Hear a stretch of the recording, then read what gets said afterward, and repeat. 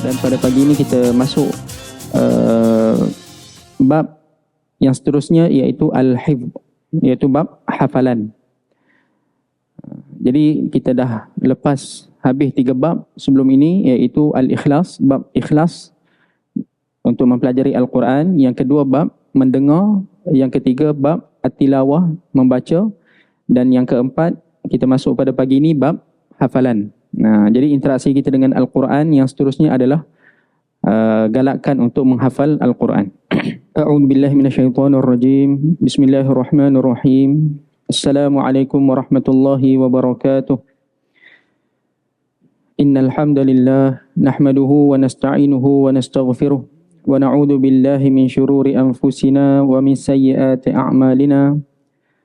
Man yahdihillahu fala mudilla lahu wa man yudlil fala hadiya lahu.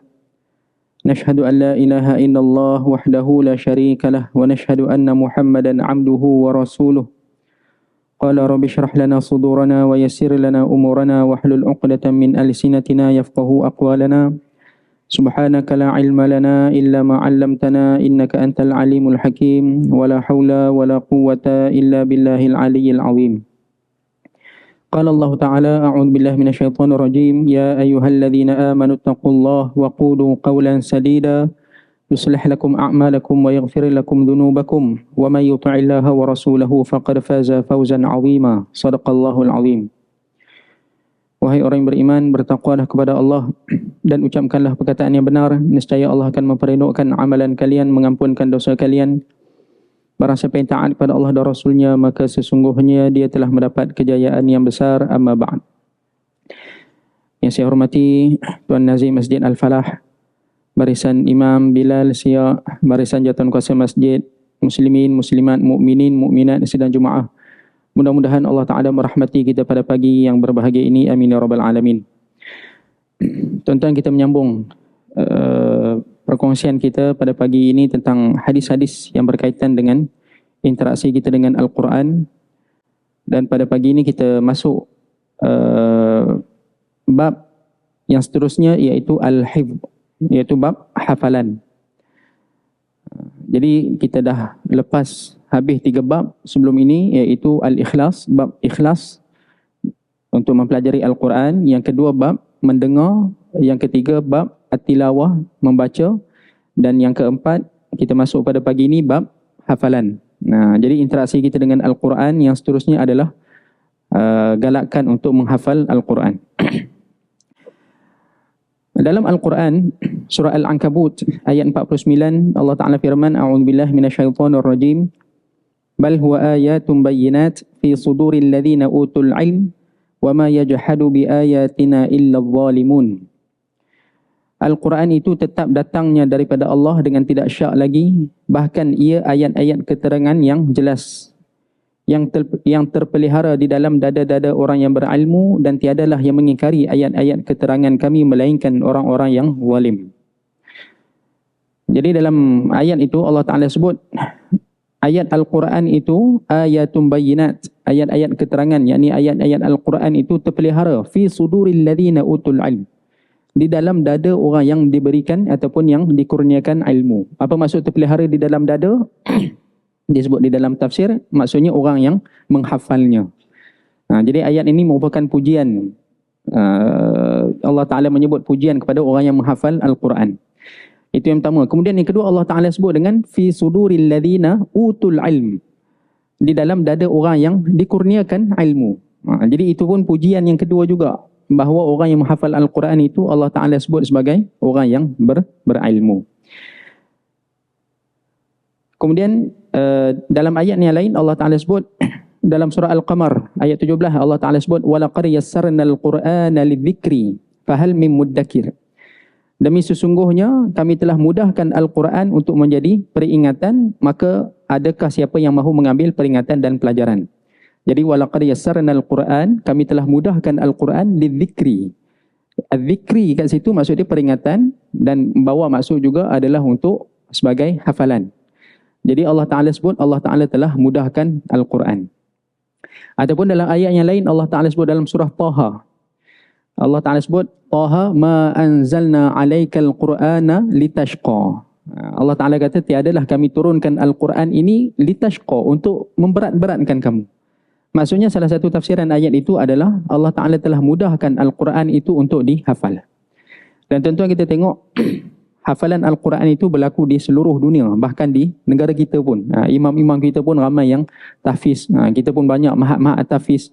Jadi mengapai Al-Quran itu bukan hanya terhad kepada orang Arab, tapi juga Allah Ta'ala mudahkan kepada semua bangsa di dunia. Itulah bagaimana Allah Ta'ala telah mudahkan hafalan Al-Quran. Baik, hadis yang pertama dalam bab ini iaitu hadis yang ke-15 daripada kitab kita ini, daripada Ummul Mukminin Aisyah radhiyallahu taala anha. Sabda Nabi sallallahu alaihi wasallam, "Mathalul ladzi yaqra'ul Qur'an wa huwa hafizun lahu ma'as safaratil kiramil bararah. Wa mathalul ladzi yaqra'u wa huwa yata'ahaduhu wa huwa 'alaihi syadidun falahu ajran." Atau kama qala rawahul Bukhari. Maksudnya, perumpamaan orang yang membaca Al-Quran sedang dia menghafalnya, maka kedudukannya bersama para malaikat yang mulia lagi berbakti. Dan perumpamaan orang yang membaca Al-Quran sedang dia berusaha, sentiasa berusaha mengulang-ulangnya untuk memelihara hafalan, dan bacaan itu terasa berat baginya, maka dia mendapat 2 ganjaran. Hadis ini tuan-tuan, ada satu lagi riwayat yang rasanya lebih masyhur, yang selalu kita dengar, iaitu alladzi yaqra'ul Qur'an wa huwa mahirun bihi. Orang yang membaca Al-Quran dan dia mahir dengan bacaan Al-Quran ma'as safaratil kiramil bararah, bersama dengan para malaikat as-safarah. As-safarah ni para malaikat yang menjadi utusan Tuhan. Al-kiram tu yang mulia. Al-bararah tu yang banyak melakukan ketaatan. Walladzi yaqra'ul Qur'an wa yatata'ta'u fihi, dan orang yang membaca Al-Quran dan dia yatata'ta' ni tergagap-gagap. Maksud dia susah bagi dia baca Al-Quran. Maksud dia baru nak belajar membaca Al-Quran. Wa huwa 'alaihi syaqun, dan ada kesukaran bagi dia, maka dia dapat 2 pahala. Itu riwayat yang selalu kita dengar. Riwayat tu muttafaqun alaihi, riwayat Bukhari dan Muslim. Tapi dalam kitab kita ini, penulis dia memilih hadis sahih juga, riwayat Bukhari. Dia memilih hadis yang ada lafaz wa huwa hafizun lahu. Mathalul ladzi yaqra'ul Qur'an wa huwa hafizun lahu. Jadi ada satu lagi riwayat yang sebut tentang orang yang baca Al-Quran dan dia menghafal. Pun sama, ganjaran dia adalah ma'as safaratil kiramil bararah. Kedudukan dia akan bersama dengan para malaikat yang mulia. Maksudnya kedudukan yang tinggi di sisi Allah. Dan orang yang baca Al-Quran wa yata'ahaduhu wa huwa yata'ahaduhu, dia ada kesukaran. Wa huwa 'alaihi syadidun, dia ada kesukaran untuk menghafal Al-Quran. Sebagaimana mungkin kita nak cuba hafal Al-Quran tapi kita kita tak masuk mahat tahfiz, contohlah kan. Kita cuba juga nak hafal Al-Quran, jadi ada kesukaran. Kita tak tahu tips ke apa ke, ada kesukaran. Ataupun mungkin mungkin dah berusia baru nak menghafal Al-Quran, tapi kita cuba juga, kita usaha untuk hafal Al-Quran. Maka Nabi kata falahu ajran, dia dapat dua ganjaran. Sebab apa dapat 2 ganjaran? Sebab satu ganjaran dia hafal itu, dan satu lagi ganjaran kesusahan untuk dia menghafal. Jadi kesusahan untuk belajar itu, kesusahan untuk cuba hafal Al-Quran itu pun Allah Ta'ala bagi ganjaran. Jadi adakah orang yang suka untuk hafal Al-Quran dapat ganjaran lebih daripada orang yang mahir tadi? Jawapan dia tak. Sebab orang mahir tadi kedudukan dia lebih tinggi. Ma'as safaratil kiramil bararah. Dia bersama dengan para malaikat. Dan bahkan sebelum dia jadi mahir, dia pun telah melalui kesukaran juga. Dia tak ada orang tuan-tuan yang lahir-lahir memang gifted. Kan? Hafal Quran apa semua kan. Adalah mungkin kes-kes yang sangat jarang lah. Tapi maksudnya secara umum manusia, semua orang akan melalui kesukaran dalam mempelajari Al-Quran ataupun dalam mempelajari ilmu secara umum. Jadi maksudnya orang yang jadi mahir itu pun, dia telah melalui kesukaran. Kan? Mungkin masa dia masuk matafis, masa kecil-kecil dulu pergi mahat tahfiz, kena rotan ke apa kita tak tahu kan. Kita tengok, kita kenal dia masa dia dah besar, dia dah mahir. Tapi masa dia kecil tu mungkin dia telah melalui pelbagai kesukaran. Jadi orang yang melalui kesukaran untuk menghafal Al-Quran pun Allah Ta'ala bagi ganjaran atas kesukaran dia itu. Jadi atas hafalan, atas usaha hafal pun dia dapat, atas kesukaran dia hafal pun dia dapat pahala. Jadi hadis ni adalah galakkan supaya kita cuba usaha untuk hafal Al-Quran. Saya ada seorang ahli keluarga saya, kan, ahli keluarga saya masa tu umur dah 50-an. Kan, umur dah 50-an, baru dia berusaha untuk hafal Al-Quran. Tapi dapat 2-3 surah. Dia hafal surah As-Sajadah, kan, beberapa surah yang biasalah. Tapi memang struggle lah nak hafal. Sebab mungkin dah berusia ni kurang dah sikit kekuatan hafalan tu berbanding secara umum lah kan. Orang yang berusia ni kurang dah sikit kekuatan hafalan berbanding dengan budak-budak muda. Tapi umur 50-an baru dia ada usaha untuk nak hafal. Tapi hafal lah. Memang boleh nampak dia punya apa kita kata kesungguhan tu. Waktu-waktu lapang, waktu-waktu senggang, yalah masa tu pun dah tak kerja kan. Jadi buka Quran, ada waktu lapang dia akan buka Quran, dia ada Quran kecil. Kan biasa kita banyak Quran-Quran kecil yang himpunkan surah-surah pilihan. Kan surah As-Sajadah, surah Al-Mulk, surah Yasin. Dia ada yang kecil tu lah, jadi senanglah sikit nak bawa daripada nak bawa satu Quran yang besar tu mungkin berat. Jadi dia ada Quran kecil tu, dia hafal lah surah-surah pilihan tu. Dia start dengan surah As-Sajadah. Lama hafal satu ayat dia ulang. Tapi akhirnya dapat. Kan? Jadi Allah Ta'ala bagi memudahkan dia untuk hafal. Jadi mudah-mudahan insya-Allah tuan-tuan kita berusaha untuk hafal Al-Quran. Sebab dalam satu hadis yang lain, walaupun riwayat ini para ulama sebut dhaif riwayat ini, tapi kita boleh ambil sebagai satu bentuk targhib, iaitu sebagai satu bentuk motivasi. Kata Nabi SAW dalam hadis riwayat At-Tirmidzi, innal ladzi laysa fi jawfihi syai'un minal Quran kal baitil kharab. Nabi kata orang yang dalam dada dia tak ada sepotong hafalan Al-Quran pun, kal baitil kharab, umpama rumah yang kosong. Rumah tengok daripada luar cantik dah. Yalah orang beriman, maksudnya cantik. Tapi bila masuk tengok kosong, tak ada apa. Jadi tak syok lah, tak seronok. Jadi orang beriman dia kena berusaha menghafal Al-Quran. Paling kurang pun surah-surah lazim, wadduha ke bawah. Usaha untuk hafal, mudah-mudahan Allah Ta'ala bagi ganjaran.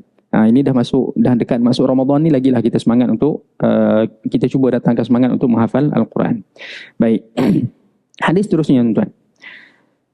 An Ubay bin Ka'ab radhiyallahu ta'ala anhu qala Rasulullah sallallahu alaihi wasallam, Ya Abal Munzir, atadri ayu ayatin min kitabillahi ma'aka a'zam? Qala qultu Allahu wa rasuluhu a'lam. Qal ya Abal Munzir, atadri ayu ayatin min kitabillahi ma'aka a'zam? Qal qultu Allahu la ilaha illa huwal hayyul qayyum. Qal fadaraba fi sadri wa qal wallah liyahnikal ilm Abal Munzir. Atau kama qala Nabi sallallahu alaihi wasallam, hadis riwayat Imam Muslim. Daripada Ubay bin Ka'ab radhiyallahu ta'ala anhu. Siapa Ubay bin Ka'ab? Sebagaimana kita pernah sebut sebelum ni, adalah salah seorang daripada 4 orang sahabat yang alim Al-Quran, yang diiktiraf oleh baginda Nabi sallallahu alaihi wasallam. Nabi kata kepada para sahabat, kalau kamu nak ambil Al-Quran, maksudnya nak mempelajari Al-Quran, ambil daripada 4 orang ini, kata Nabi.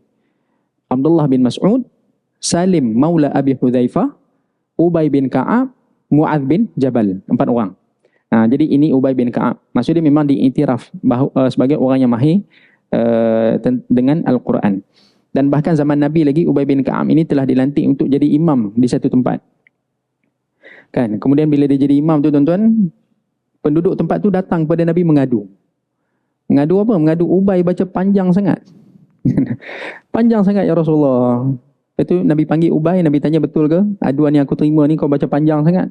Betul ya Rasulullah. Lepas tu Nabi marah dia. Adakah engkau nak menjadikan agama ini sebagai satu kesukaran? Orang rasa macam, ya Allah beratnya. Kan? Solat ni nak kena baca panjang. Jadi kalau baca panjang tu disunatkan kalau orang yang solat sendirian, solat sunat, qiyamul lail, disunatkan untuk baca panjang. Tapi kalau jadi imam, disunatkan untuk meringankan bacaan. Bahkan Nabi SAW sendiri pun dalam satu riwayat, mafhum satu riwayat, Nabi kalau tengah solat tiba-tiba dengar tangisan bayi. Maksudnya zaman tu ada sahabiah yang datang masjid untuk solat jemaah, bawa baby. Maksudnya dah ada dah. Jadi bila tengah solat Nabi dengar tangisan bayi, maka Nabi akan yukhaffif, Nabi akan meringankan solat. Jadi itu Ubay bin Ka'ab. Maka Nabi tanya dia, wahai Abul Munzir, gelaran dia Abul Munzir, kamu tahu tak apakah ayat dalam Al-Quran ini a'zam, yang paling agung, ayat yang paling agung? Maka kata Ubay, Allah wa rasuluhu a'lam. Allah dan Rasulnya lebih mengetahui. Biasa tuan-tuan, para sahabat kalau Nabi SAW tanya sesuatu sebagai adab di hadapan Nabi, para sahabat akan kata Allah wa rasuluhu a'lam. Kadang-kadang memang para sahabat memang tak tahu betul. Jadi memang cara Nabi nak ajarkan para sahabat tu tanya soalan. Sebab bila orang tanya soalan ni, memang biasa kita secara umum kita akan bagi perhatian. Biasa kalau cikgu-cikgu lah, contoh kan cikgu-cikgu tengok anak murid tengah main, dia akan panggil, ni Muhammad. Ni apa soalan untuk jawapan ni? Jadi Muhammad tadi tengah duduk bersembang dengan kawan ataupun tengah ngantuk, segar. Itu cara pengajaran. Jadi Nabi tanya soalan. Jadi kadang memang Nabi tanya soalan itu satu untuk dapatkan perhatian para sahabat. Kemudian para sahabat pula bila jawab Allah wa rasuluhu a'lam, kadang memang para sahabat tak tahu. Jadi Nabi nak ajarkan benda yang baru pada para sahabat. Tapi kadang-kadang ada benda yang para sahabat tahu, rasa-rasa macam ini kok jawapan dia, tapi tetap para sahabat jawab Allah wa rasuluhu a'lam. Allah dan Rasul lebih mengetahui. Sebab apa? Sebab itu adab. Supaya tak adalah tunjuk macam seolah-olah macam nak menunjuk pandai di hadapan Nabi. Ataupun para sahabat walaupun mungkin rasa macam tahu, tapi mungkin Nabi ada benda baru Nabi nak bagi tahu. Jadi tetap para sahabat akan jawab Allah wa rasuluhu a'lam. Itu cara para sahabat. Kemudian bila Ubay bin Ka'ab jawab macam tu, Allah wa rasuluhu a'lam, Nabi tanya, Nabi ulang soalan. Wahai Abul Munzir, apakah ayat? Kamu tahu tak ayat? Dan cara Nabi sebut, Nabi kata, atadri ayu ayatin min kitabillahi ma'aka. Ada tak? Kamu tahu tak? Apa ayat Quran yang ma'aka, yang ada pada kamu? Maksudnya apa? Maksudnya Ubay bin Ka'ab seorang yang menghafal Al-Quran. Memang dikenali sebagai seorang yang menghafal Al-Quran. Jadi soalan Nabi itu, kamu tahu tak apa ayat Quran yang ma'aka, yang ada pada kamu? Itu cara Nabi Nabi tanya. Maksudnya Nabi mengiktiraf Ubay bin Ka'ab seorang yang menghafal Al-Quran.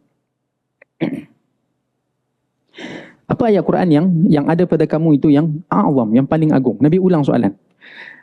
Soalan yang sama Nabi ulang. Jadi bila Nabi ulang, Ubay bin Ka'ab pun tahulah, memang Nabi nak jawapan daripada dia. Maka barulah Ubay bin Ka'ab jawab, qultu Allahu la ilaha illa huwal hayyul qayyum. Iaitu surah Al-Baqarah ayat 255 yang dikenali sebagai ayatul kursi. Kemudian fadaraba bi sadri, fadaraba fi sadri. Lalu Nabi SAW pun menepuk dada Ubay bin Ka'ab dan Nabi mendoakan wallah liyahnikal ilm Abul Munzir. Semoga Allah Ta'ala mempermudahkan ilmu bagimu, wahai Abul Munzir. Maksudnya Nabi mengiktiraf jawapan Abul Munzir. Dan tepuk dada tu maksudnya sebagai satu bentuk pujian kepada Abul Munzir dan juga sebagai doa Nabi kepada Ubay bin Ka'ab. Jadi tuan-tuan tengok bagaimana bentuk, kalau istilah kita sekarang ni, pedagogi, kan, andragogi. Kan cara bentuk ajar pedagogi tu ajar budak-budak, kan, betul kan, kalau saya tak silap lah. Itu ada satu lagi, ajar orang yang dah berusia dipanggil andragogi. Minta maaf lah kalau salah, kalau ada cikgu-cikgu sini, kan. Itu bagaimana cara pengajaran Nabi SAW, kadang sampai melibatkan sentuhan. Sama juga tuan-tuan, ada dalam hadis yang lain Nabi ajar macam mana nak susun saf, kan. Para sahabat cerita dalam satu hadis, Nabi menyentuh bahu kami, ajar nak samakan saf tu, istawu sufufakum, kan. Biasa imam-imam kita akan duduk kat depan, istawu sufufakum. Nabi pun buat macam tu juga. Duduk nak jadi imam tu Nabi akan kata samakan saf, luruskan saf. Tapi ada ketika ada riwayat yang Nabi ajarkan dengan cara pegang bahu para sahabat. Sahabat kata yamsahu bimana kibina. Nabi pegang bahu kami, ajar nak betulkan saf. Jadi kadang-kadang bentuk Nabi ajar para sahabat ni sampai melibatkan sentuhan. Jadi hadis ni tuan-tuan, kata Qadhi Iyad, hadis ni menjadi hujah bahawa sebahagian ayat Al-Quran itu dia ada kelebihan ke atas sebahagian ayat yang lain. Jadi dalam hadis ni Nabi kata a'zam, ayat yang paling agung adalah ayat kursi. Sebab apa tuan-tuan? Sebab apa ayat kursi ini adalah ayat yang paling agung? Sebab dia adalah ayat tauhid. Kata para ulama, sebab apa dia jadi ayat yang paling agung? Sebab ayatul kursi ini menghimpunkan sifat ketuhanan, sifat ilahiyah yang utama yang tidak terhimpun dalam ayat-ayat yang lain. Maksudnya sebahagian sifat ini disebut juga dalam ayat yang lain, tapi dalam keadaan yang terpecah-pecah. Sebahagian dekat sini, sebahagian dekat sini, sebahagian dekat sini. Tapi ayatul kursi ini menghimpunkan semua sifat-sifat ketuhanan yang utama. Kita tengok sikit tuan-tuan. Ayat kursi sebagaimana kita pun hafal, Allahu la ilaha illa huwal hayyul qayyum, la ta'khudhuhu sinatun wa la naum, lahu ma fis samawati wa ma fil ard, man dhal ladzi yashfa'u 'indahu illa bi'idnih, ya'lamu ma baina aydihim wa ma khalfahum, wa la yuhituna bi syai'in min 'ilmihi illa bima syaa', wasi'a kursiyyuhu as-samawati wal ard, wa la ya'uduhu hifdhuhuma wa huwal 'aliyyul 'azim.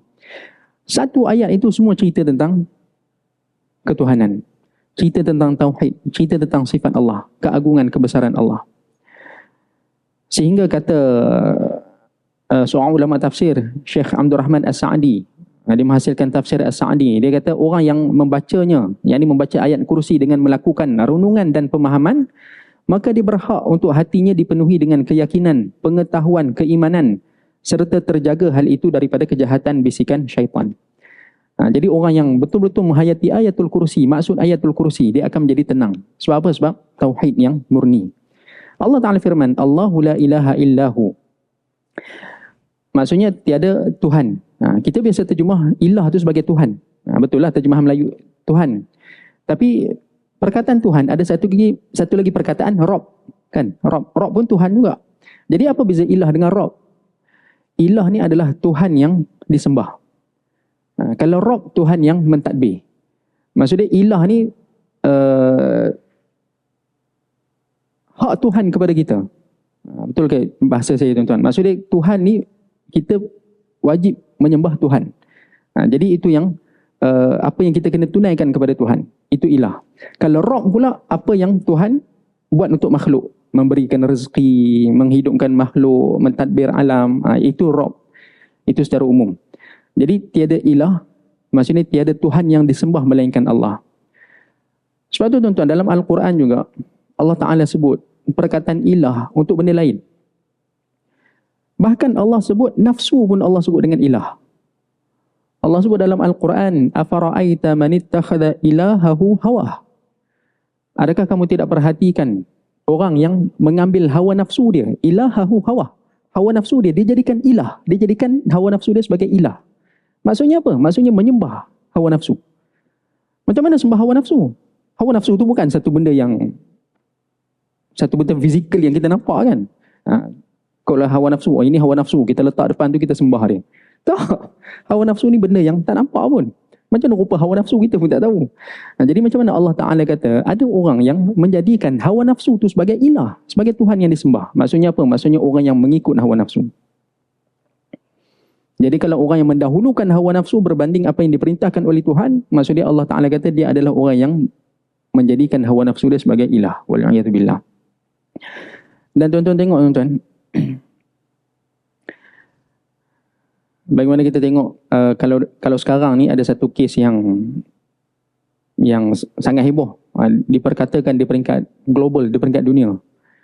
Tentang, mungkin tuan-tuan pun tahulah, tentang satu fail yang bocor kan, yang dibocorkan oleh satu orang Yahudi kan, yang melibatkan nama-nama besar, pimpinan-pimpinan dunia kan. Tuan-tuan tahu kan bagaimana, ya Allah, satu dokumen setebal 3 juta muka surat. Ya Allah, ya Tuhan, tuan-tuan, 3 juta muka surat. Kalau kata satu buku yang tebal tu ada 300 muka surat, maksudnya ada 30,000 buah buku. 3 juta muka surat dokumen. Yang dalam tu nama-nama besar tuan-tuan. Kan, nama bekas-bekas pemimpin dunia, bekas presiden US pun ada. Yang apa yang terlibat dengan satu, minta maaf sebutlah, skandal macam-macam skandal lah. Kan, dan dia orang ni terlibat dengan pemerdagangan manusia. Minta maaf sebut, seks bawah umur. Ada apa? Ada anak-anak umur belasan tahun yang ditipu. Kan, katanya ditawarkan kerja untuk jadi model lah, untuk jadi inilah. Tapi akhirnya bila dah datang tu, mereka diterbangkan ke satu pulau dan akhirnya jadi, minta maaf sebut, hamba seks bagi pemimpin-pemimpin dunia. Jadi pemimpin dunia ni, dia orang naik satu flight khas, private jet, pergi ke pulau tu untuk Allah. Itu tuan-tuan, bila orang ikut hawa nafsu sampai jadi macam tu. Dan bila mangsa-mangsa ni Dia orang laporkan polis kan dekat Europe tu. Sedangkan golongan-golongan elit ni berada di atas daripada undang-undang. Jadi leleh walaupun dibuat laporan, tak ada apa pun tindakan. Bahkan masa mula-mula dia kena tangkap tu, Epstein tu kan, dia kena tangkap, dibicarakan, didapati bersalah. Pedagang orang tangkap budak bawah umur 16 tahun, ada umur 14 tahun. Itu satu undang-undang dunia mana pun tuan-tuan, bukan kata undang-undang Islam, undang-undang dunia mana pun, benda tu memang salah besar. Culik orang, kemudian jadikan sebagai hamba seks. Tapi bila ditangkap, dipenjarakan, dia punya istilah, saya tak ingat istilah dia tu, tapi penjara tu hanya jadi sebagai tempat tidur. Dia dibenarkan untuk keluar kerja kan, pukul 8 pagi, katalah contoh, pukul 8 pagi clock in, masuk pejabat, dia boleh keluar penjara, dia pergi pejabat dia pukul 8, lagi pukul 6 petang lagi balik masuk penjara, balik tidur. Lagi esok keluar balik. Itu je hukuman penjara untuk dia. Sedangkan dia punya kesalahan jenayah yang sangat besar. Ya Allah. Sebab undang-undang ni semua dia orang buat. Dia orang lah buat undang-undang, dia orang lah yang buat institusi apa semua. Jadi akhirnya semua ikut hawa nafsu. Itu bagaimana teruknya tuan-tuan. Hawa nafsu yang dijadikan Tuhan sampai kalau di hadapan dunia dia orang gembar-gemburkan apa? Keadilan, kebebasan bersuara, hak asasi manusia, setiap orang equality, berhak mendapat kesamarataan ini, keadilan situ, keadilan sini. Tapi benda yang tak bagi benefit kat dia orang tolak. Ataupun benda yang bertentangan dengan apa yang dia orang buat. Kalau benda yang dia orang perjuangkan tu hak asasi manusia, tapi bertentangan dengan apa dia orang buat, ialah colik orang. Kan? Dia orang telah menghadkan, merampas kebebasan satu orang individu. Budak-budak pula tu, umur belasan tahun. Tapi bila dibicarakan, terlepas juga.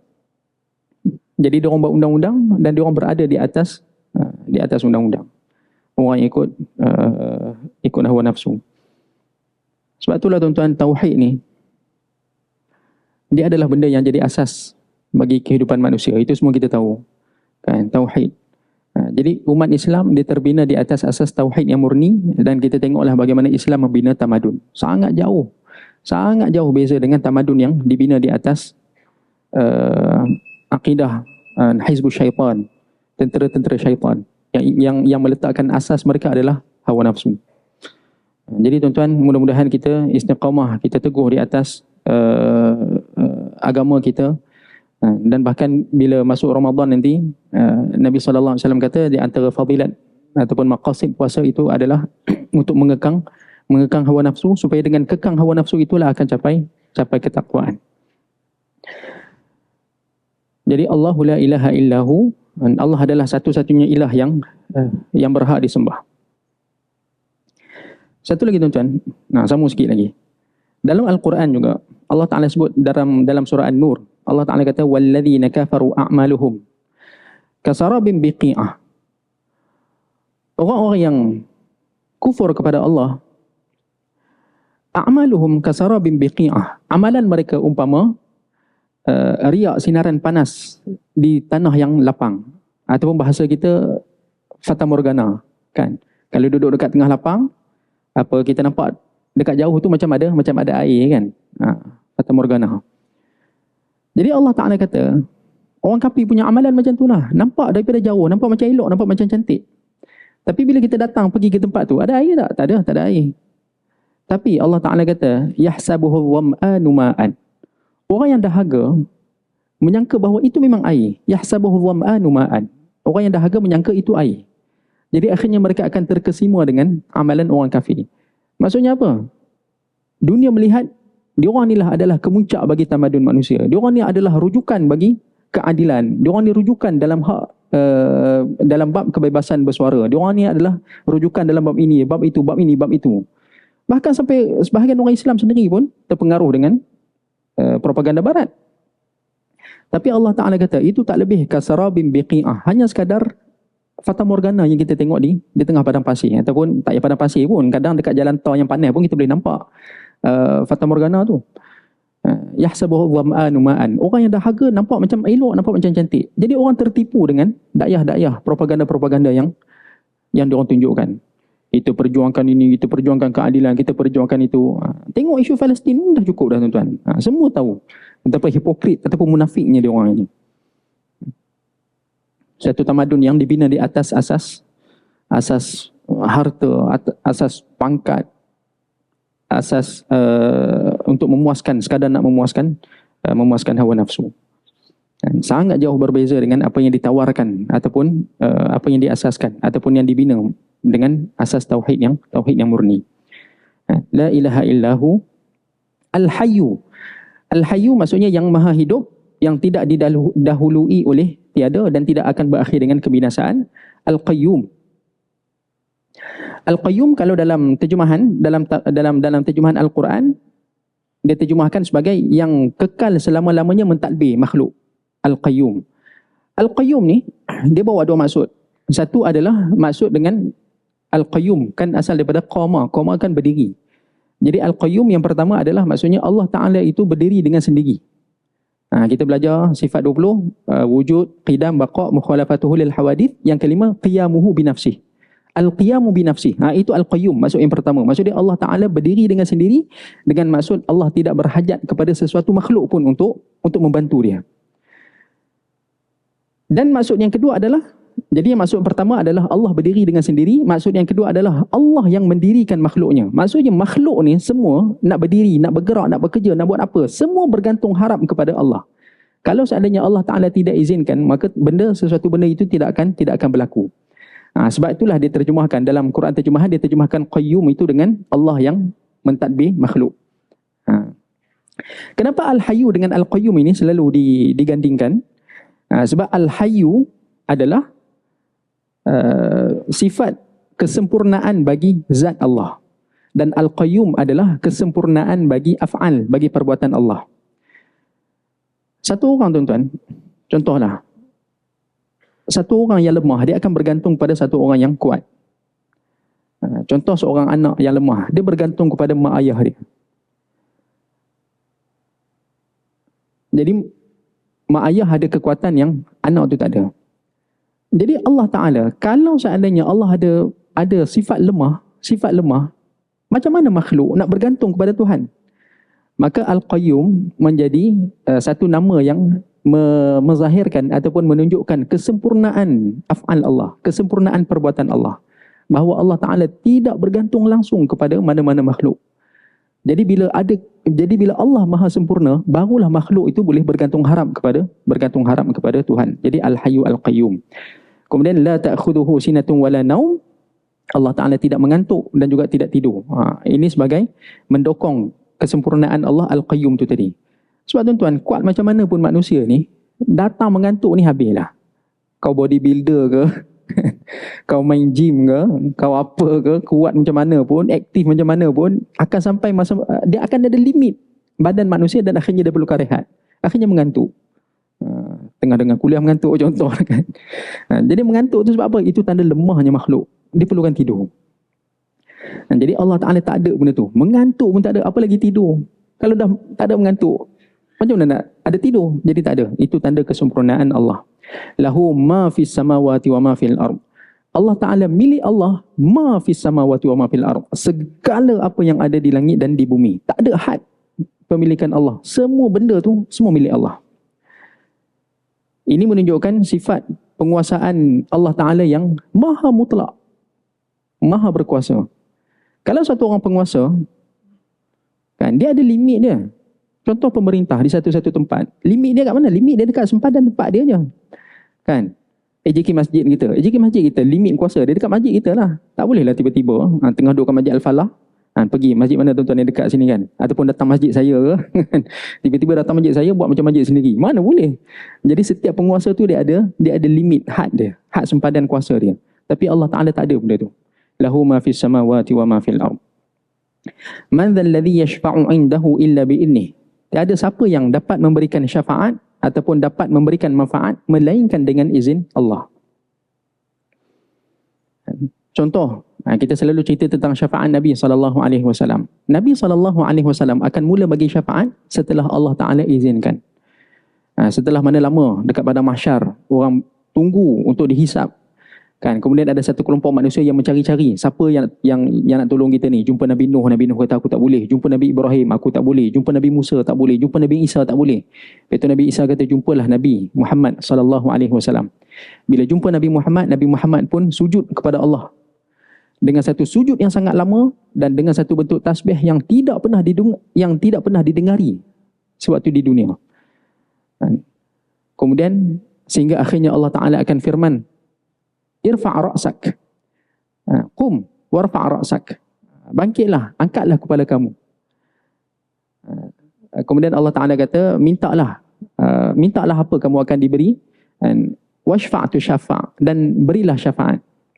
Allah Ta'ala izinkan Nabi untuk bagi syafaat, barulah Nabi akan bagi syafaat kepada hamba-hambanya. Jadi tak ada siapa mampu memberi syafaat melainkan dengan izinnya, dan sama juga tak ada siapa mampu memberikan manfaat melainkan dengan izinnya. Sebagaimana dalam hadis 40, tuan-tuan, hadis saya tak ingat hadis yang keempat kot. Kan, Nabi SAW sebut dalam hadis,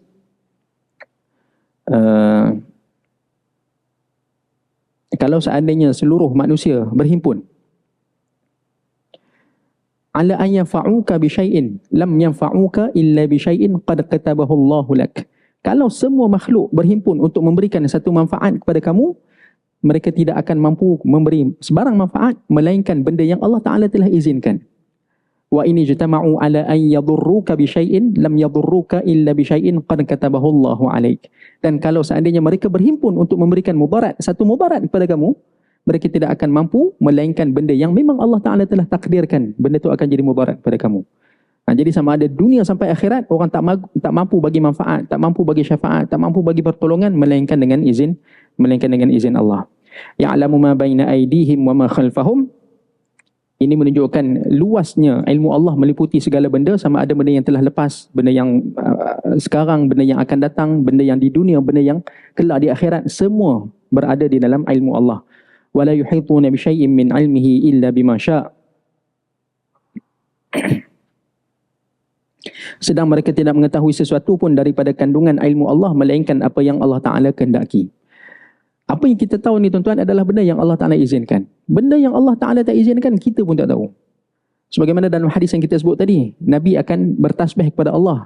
Sebab tu di mahsyar itu dengan satu tasbih yang tidak pernah didengar di dunia. Jadi kita pun tak, macam mana rupa tasbih tu? Tasbih yang tidak pernah didengar. Sepanjang kat dunia ni tak pernah orang tasbih macam tu. Nabi akan tasbih. Jadi terhadnya pengetahuan manusia. Ataupun hari kiamat. Kita tahu, yakin hari kiamat. Ataupun kematian kita. Kita yakin kita akan mati. Tapi bila tak tahu. Allah rahsiakan. Lailatul Qadar. Masuk Ramadan nanti kan. Lailatul Qadar. Tahu ada Lailatul Qadar. 10 malam akhir. Tapi exactly bila tu tak tahu. Allah rahsiakan. Jadi manusia ni hanya tahu sekadar benda yang Allah Ta'ala bagi tahu.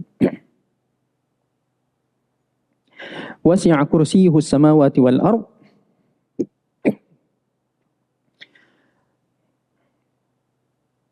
Luasnya kursi Allah, yakni dalam satu ilmu, dalam satu tafsiran, ilmu dan kekuasaannya meliputi langit dan bumi.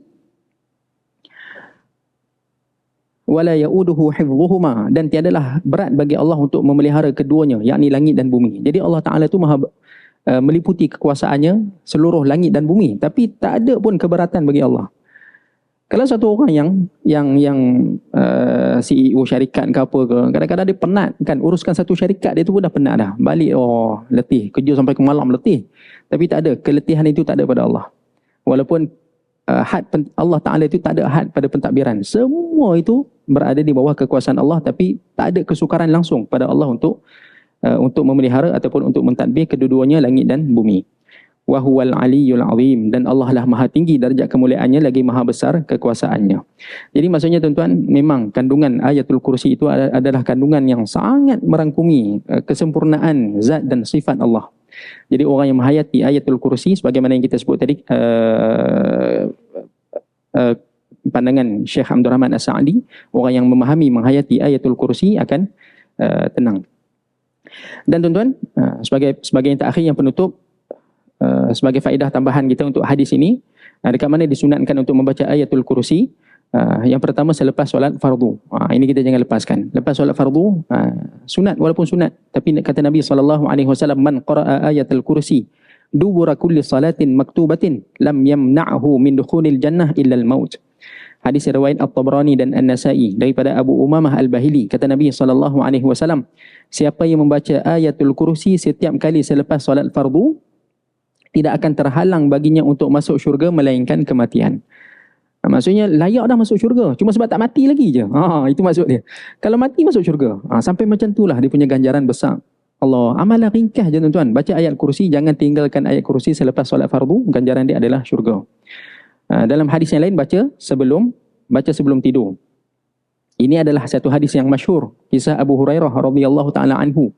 Nabi suruh Abu Hurairah jaga tempat zakat. Orang bagi zakat, zakat kurma, zakat gandum, jadi dihimpunkan dekat satu tempat. Nabi suruh Abu Hurairah jaga. Masa Abu Hurairah tengah jaga, datang satu orang, dia nak curi. Abu Hurairah tangkap dia. Aku bawa engkau kepada Rasulullah. Itu dia kata, oh tolong, lepaskan aku.